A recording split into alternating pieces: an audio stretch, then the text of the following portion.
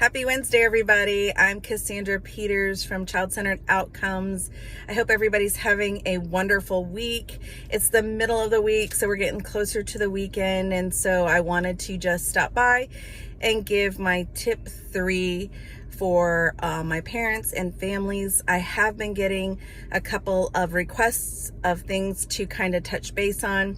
So I'll touch base on tip number 3, which is kind of a pressing issue when we look at IEP and how to implement accommodations, and or 504 and how to implement accommodations. What I mean by that is specifically the document where the IEP or the accommodations are on is a legal document. Whether it be 504 or an individualized education plan, your child is afforded the rights to have access to those accommodations.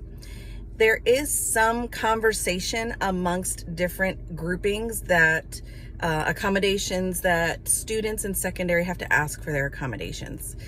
That is not necessarily true, and for fact, it's on a legal document. Therefore, it is something that is afforded to students because they need that specially designed piece of instruction to access the core curriculum or access what it is they're doing by way of supplementary instruction, or again, just like accessing your core instruction.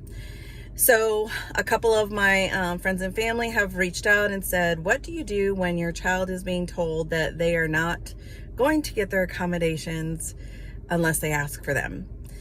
I would remind your children, and I would definitely man your children to do it in an appropriate way and let them know what their accommodations are, because hopefully they've been apprised of that and part of that process, which is really critical. But most of all, just politely remind them that they need to let the teacher know if they do need those accommodations, which they do because they're on their IEP or 504, that it's their right to have the accommodations. So I hope this helps everybody, because I know a lot of parents are seeming to be frustrated about that. Having a child that has had to do that themselves can be a little frustrating, but if you say it in a calm way and you explain it to them and let them know politely, and to request their accommodations politely if they're not getting what they need, that's how we can teach those lifelong skills to be better advocates for themselves. Again, make it a great day.